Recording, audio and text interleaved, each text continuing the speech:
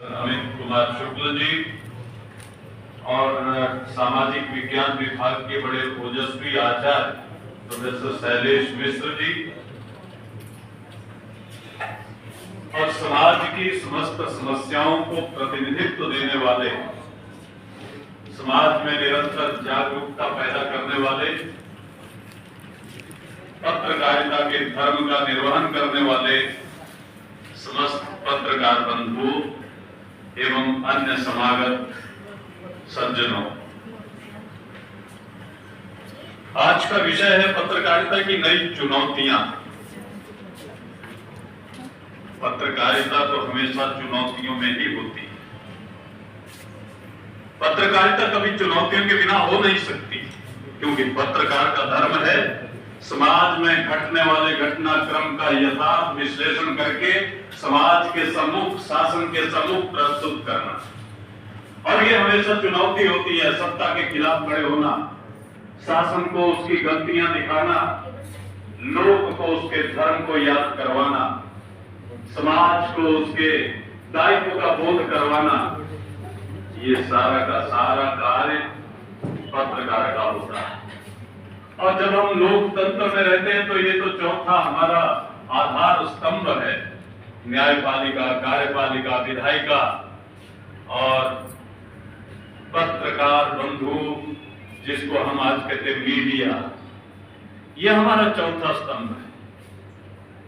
ये स्तंभ समाज में घटने वाले घटनाक्रम का यथार्थ विश्लेषण करके, इस अपेक्षा से कि इसका विश्लेषण करने के बाद शासन, सत्ता और उससे संबद्ध लोग सही कदम उठा करके उस समस्या का समाधान करेंगे। समस्याओं को उठाना साधारण बात नहीं है, इसलिए चुनौती तो कदम कदम पर पत्रकारों के सामने रहती है।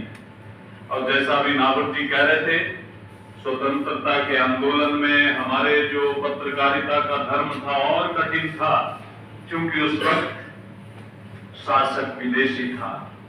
उस विदेशी शासक जो संवेदना शून्य था, उसको केवल अपना विस्तारवाद जिसका लक्ष्य था और अधिकारवाद जिसका लक्ष्य था, उसके सामने उसकी कमियों को उजागर करने का सामर्थ्य सब लोग नहीं रख पाते।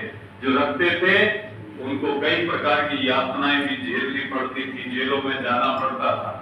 आज अलग अलग तरह की चुनौतियां हैं, जैसे इन्होंने कहा कि इलेक्ट्रॉनिक मीडिया में, प्रिंट मीडिया में, सोशल मीडिया में, ई पत्रकारिता में, ई सर्विसेज में, इन सब में भी चुनौतियां हैं। हम एक दूसरे से पिछड़ ना जाएं।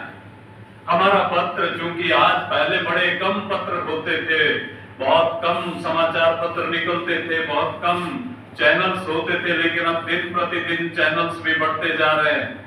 जैसे प्रतिस्पर्धा बढ़ेगी, चुनौती भी बढ़ेगी। इस प्रतिस्पर्धात्मक युग में चुनौतियों को लेना और उन चुनौतियों के अनुरूप अपने को तैयार करके यथार्थ के धरातल पर अपने को सही उतारना, ये पत्रकार के सामने बड़ी चुनौती है।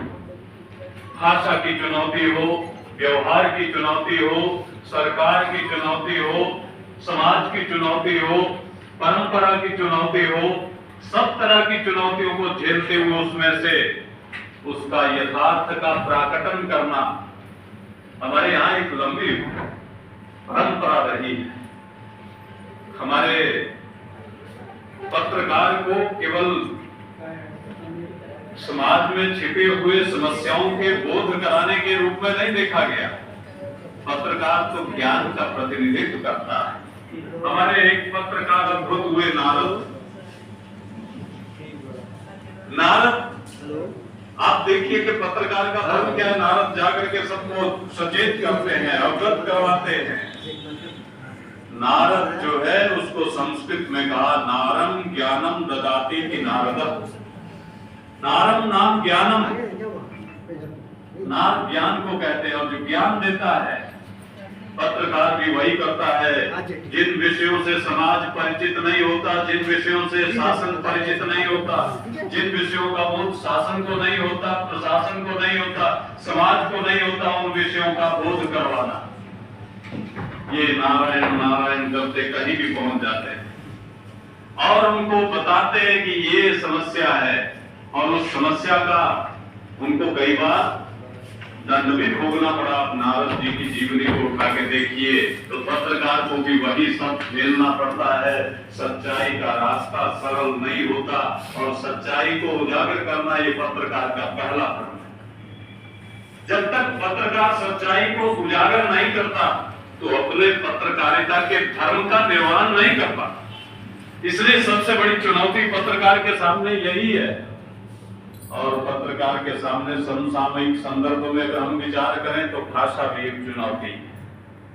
हमारी पत्रकारों के माध्यम से जो छपने वाले समाचार है, वो समाचारों में हम किस भाषा को प्रश्रय दे रहे हैं, किस भाषा में क्या लिख रहे हैं, उस भाषा की वर्तनी की शुद्धि अशुद्धि का भी बहुत ध्यान रखना पड़ता है, क्योंकि उसको लोग आधार मान लेते हैं, उसको मानक मान लेते हैं।